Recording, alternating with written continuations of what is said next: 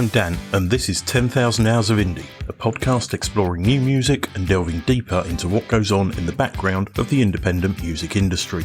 I'm a musician and passionate music lover, and I wanted to delve deeper into new music in the independent scene around the world.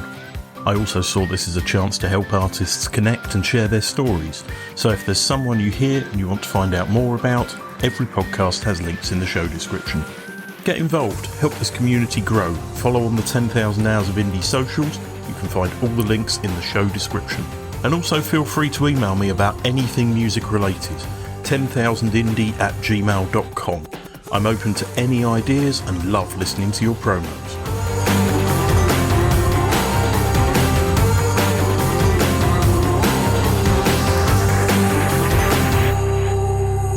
The Easter Parade is Matt Stephen. Based in Northamptonshire, England, he is a singer-songwriter who, in his own words, creates nostalgic and cinematic atmospheres with a reflective and contemplative mood. His latest EP, Raindrops on the Lens, was released through Indigo Scala Records on the 22nd of August, and I instantly fell in love with the layered simplicity and string arrangements, so I tracked down Matt for a chat about it and other musical-related stuff. Hi Matt, welcome to the 10,000 Hours of Indie podcast. Thank you for having me on. I really appreciate it. Do you know how hard it is to find out much information due to your name mostly being related to the film and the song? That is kind of problematic, actually, to be fair. There's a few songs called The Easter Parade as well, to be fair, even as well as the film, which puts me way down in the pecking order. But in a way, it's kind of cool that it's like that because for me, it suits the kind of tone of the music, really. I did actually notice on your Instagram that you have clips from the film set to your music as well. Yeah, I guess those were there when I wrote the song, and without the context, it didn't really feel right, so I just put them in. You know, I thought, do you know what, that those were actually what I wrote them to for the most part. So why not just keep them there? You know, they just kind of give it some kind of context that I feel the songs might not have about it, I guess. I don't know really why. To be fair, you know, sometimes you just kind of like, yeah, you know, it felt right to me, I think. Is that why the band name? Is it the inspiration from the film? Oh, yeah, for sure. So this is the thing. So I'm a big Blue Nile fan, and I get this a lot of people. Do you know the Blue Nile? Like late 80s, 90s band. One of my favorite bands. They had a song called Easter Parade, which is actually genuinely not where the song name comes from, even though they are one of my favorite bands. It's kind of a weird coincidence that I was watching the Easter Parade. I love black and white films. I've got a thing about black and white films. I just love the nostalgia of black and white films, and Easter Parade is one of those films that I just love. And I just thought, what if you could kind of write modern sounding music to these films? And then I didn't end up writing modern sounding music to these films too. I just ended up writing music to the film, which wasn't my initial intention, but it kind of stuck. So then when I was about to release the first single, I needed a name for the band. And then I was just looking for the projects. I thought, you know what, I'm just going to use the first film that it was the inspiration for. It was either that or Roman Holiday. And I didn't think Roman Holiday sounded quite so good as a band name. It might have worked, actually. I don't know. Maybe I chose the wrong thing. I was under pressure, like from myself. I had 20 seconds to choose a name. Easter Parade sounded about right. I could have used my own name, but I think I've got a thing about that. I just wanted the music just to be the music. But your favourite film is Once Upon a Time in America, right? How long have we got? You know, that film is like a masterpiece. Do you know the film, right? Sergio Leone and... I haven't ever watched it, but I know a lot about it. It's just Sergio Leone, Ennio Morricone has scored it. What a film. Horrible film. It's an interesting film. It's all these emotions together, and it's just like, wow. It's just a cinematic masterpiece. It's just, yeah, for me, probably because of Morricone's score. I think Morricone, for me, is one of the all-time greats at emotion.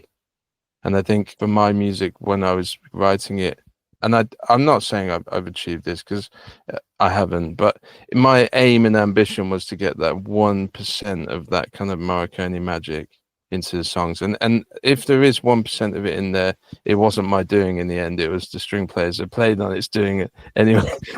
But the intention was there. And sometimes music is about intentions, isn't it, I guess? I did a brief description of you in the introduction. For those who haven't heard your music, how would you describe it? I guess the kind of nostalgic thing is there. The arrangements are kind of classic, kind of songwriter arrangements, a lot of piano, some wonderful strings on there. I'm very, very fortunate with some of the string players I worked with on it, that they just did such a beautiful job.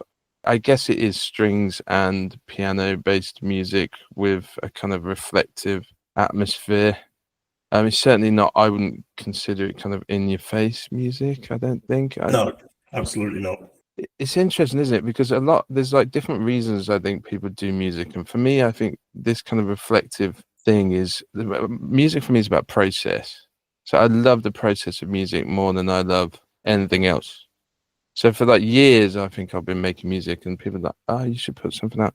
Yeah, but the process for me is enough. I just do it because I love it. So if I had to describe it, it's music that I made, that I enjoyed making. Whether it's stuff that people are going to enjoy themselves, I don't know, but I enjoyed making it. And if one person likes it, hey, that's made it all worthwhile for me. If two people like it, then we're one person away from the jackpot, you know. That's how I see it, you know. Well, you've had some very positive reviews from what I've been reading online, so that's always a good sign. Yeah, the thing is, I don't tend to share the bad ones. In that case, if there were bad ones as well, you've had a lot of reviews. Let's look at it that way. To be fair, I've had some really, really kind words from people about it, and it really does mean a lot. I didn't expect it, because I think the process of it was just what my focus was, and then I kind of end up with a collection of songs. I'm like, okay, well, they're kind of finished, and I've got nothing to.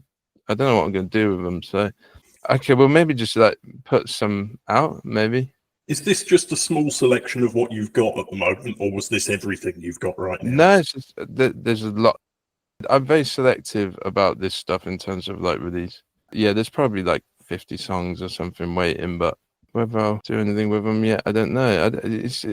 I think you have to feel it, don't you? There's two schools of thought on this, isn't there? Because there's people who are very selective and only release little snippets of what they do, like you, and then there's Paul McCartney, who everything he records he releases. So, you know, in that vein, I guess at least everything that Paul McCartney does is good, I guess. On your website, there's a long list of your influences there, and a lot of it is sort of piano-based artists. Yes. Picked up on, especially as I'm a big fan, was that you've mentioned Ed Harcourt. So I saw him, he played a little gig in Bath in this little barn, an old converted barn. And I just remember seeing, he played this wonderful set. It was a, you know, short set, but it was just 20 minutes. I didn't expect much, but this is insane. That was that, you know, I couldn't take my eyes off what he was doing. It was so, insane storyteller. You know, ever since then, I was just a massive fan of what Ed was doing. For me, he's one of the criminally underrated artists in the UK at the minute in terms of songwriting. And you have your own studio, Indigo Scala, hence the record label name. Do you just do music for yourself, or do you produce for other artists as well? Bit of everything, really. Like I spend a lot more time now lecturing, so I'm a lecturer like in kind of music production and stuff like that. So a lot of my time is kind of talking about music now, really, rather than doing it. But before I was kind of, doing the kind of writing for pitch thing, badly, I'll say. And yes, doing production for various kind of projects and stuff. But again, like for me, I'm very much a kind of, I just make, even if I wasn't doing that, I'd just be doing it for fun, because I enjoyed the process of making music. It's kind of like runners that kind of run, and you're like, why do you run if you're not going to a race? And they're like, well, I love running.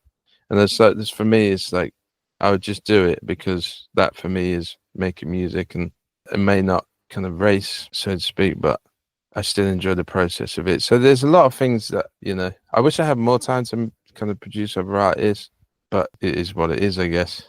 So tell me about the EP. I assume it's been quite a while in the works, as you say, you know, you've been putting things together for years, and the first single came out in November last year. Yeah, so I guess there's 5 tracks. There's 4 at a stretch, and then I've put a little intro and then called it 5. 21-second intro. I don't want to shortchange anyone, you know what I mean? So you got to have the 5 track. No, there's 4 main tracks in the kind of intro, and I guess the inspiration, as I said, like I guess has come from all different films, a different film per song. different film emotions, kind of being led by those emotions of the film. They were supposed to be black and white films, but I couldn't resist kind of doing one for Once Upon a Time in America, because it's, as we've said, my favorite film. So I did one for that, even though it was color. But again, it's like the challenge of it for me is really important. The challenge of doing it like that for a film. So I got a snippet of the film and then kind of scored over it or wrote over it. So it's very directive, very kind of specific. It was quite a challenge from a writing perspective, which is exactly what I wanted. I kind of spent a lot of time not writing music, so it's certainly for myself. So this is kind of like accumulation of years of thinking, I should probably do something now. And then next year you think, this is the year I'm going to do it. And then next year comes. So this is like 5 of those years. And then I thought, I'm actually going to do something. There was no grand ideas or plans with it in terms of I want to do this or I want to achieve this or I want to hit this amount of streams. Letting it go into kind of Spotify remit was a little bit daunting because it was such a personal project. Some people are going to love it. Some people are going to absolutely hate it. I'm cool with that. They're quite personal, and I think anything like that, people gravitate to what they like, and hopefully people don't hate it. I spoke to a Swedish band, and he said, I'd rather people hated my music than were indifferent to it. Oh, for sure. Like, if there's that thing, isn't there? There's like the curse of being average, they call it. Oh, what do you think of that band? I remember when I first started playing, I was in bands for years, and one of the bands, we did one of them competition things that was going on. And I remember someone put on YouTube their review of that thing, and it came to us. What they had to say about us was, they were saying how good the bands were, how bad they were. They were saying whether they liked them, hated them. It got to us, and all they could say is nice jumpers. And we're like, we got to go back to the drawing board, man, because this is not working. To be fair, as somebody who plays a lot of live gigs, I respect the fact you can wear a jumper on stage, because if I wear more than a t-shirt, I'm a wreck. I think we were like all in like proper chunky knits, like old fashioned. I don't know who thought it was. It was like a stylish thing, you know what I mean? Try this, it's different. No one else is doing it. Yeah, no one else is doing it because it's not very good. When we were talking about the influences, you've actually got a Spotify playlist, which I'll have a listen to later, which you've actually put together of all your influences, which I think is a really cool thing to do. Yeah, I called it the Easter Parades hymn book. I don't know why I called it the hymn book, but I think it was just because, when traditionally you go to church on Christmas or something, they'd have a big hymn book, and it kind of felt, I don't know, it was kind of, I don't know where they came from, but yeah, I guess it's all the songs that are essential to me writing it. So if they're in that playlist, they're like not just music I like, they're like instrumental to me actually writing that. A lot of Marconi, a lot of kind of great music. I am biased, obviously, because I put the plays together, but they are good. they are browse through it. Yeah. It's got some good stuff on it. Yeah. It's strong, but they are, my kind of go-tos. Except when I'm on the treadmill, where that kind of music wouldn't probably work very well on the treadmill. Maybe I'll try it. I don't know. Still quite slow. A very slow treadmill. Yeah, so, like with Morricone kind of playing out. I'm going to try that. I'm going to try People are going to come over and think you're having a heart attack. Like the slowest ever recorded treadmill run. So I would like to mention, while I was researching for this, I found a band from Cardiff, also called the Easter Parade. No way. With 10 followers on Facebook, 25 on Twitter, but they haven't been active since 2014. Oh, no way. I should have probably checked with them before I used the name. I didn't know they exist. I don't think they do exist, and I don't think they knew they existed from the lack of followers they've got. Oh, wow. Yeah, I mean, it kind of makes sense, because it does sound like a cool kind of pop band name, actually. I think the name would probably work better for me if I was like, it kind of strikes like 1975, actually, doesn't it? How about live shows? I mean, from what you said, it's the process you enjoy, so live shows probably aren't really in your mind with this. I guess it's like working it out. It's building enough people that are kind of come and enjoy the music. Because I've done circuits of kind of like the academies and all those kind of venues, or even like the Head of Steams, and before those kind of academy venues, like the kind of toilet circuit, they call it, which is, I think, a bit of a harsh way to describe them, because people enjoy music. It doesn't matter where it is or who it is. And for me, it's just, I'd rather play like 1 or 2 condensed shows with a room full of people that really like what I'm doing and are just there for kind of like a musical experience, rather than struggle and try and kind of get out there and play 100 shows and people are kind of indifferent to it. I think it's more condensed for me now. So I would love to play some gigs. Maybe it's going to be like maybe even jumping on a piano and playing a few kind of songs through in a nice stripped down thing. Or maybe I can get everyone together that played on the record, or if they're not available, whoever I can, and kind of do it properly. For me, for it to be enjoyable, it has to come out of that kind of community that we were talking about, really, rather than just look as if I'm trying to make the project into something that it may never be. Are you going to release this on vinyl? Yes and no, I guess, is the answer to that, which is very vague. And I guess I'm hoping to, but I'm thinking that what I'll probably do, because I've got another EP in the works, what I'll probably do with just how vinyl pressing works and kind of small format, it kind of makes more sense for me to do a kind of edition where I put both EPs on one vinyl and do it that way. And then so not quite the beta band with the 4 EPs, but yeah, exactly. 3 EPs, wasn't it, beta band? Yeah, that's exactly it. Yeah, exactly. So it's kind of like that thing, and then I can at least fill a vinyl, because the niche thing of pressing them is just, it's nuanced and expensive. If I guess the price that you'd have to sell them for is just way prohibitive for 4-track. What music are you listening to at the moment that people may not be aware of and should take some time to check out? I guess I listen to so much music. I mean, my music is just constantly on. I just have to listen to music. I guess with what my job is as well, I'm listening to loads of different people all the time.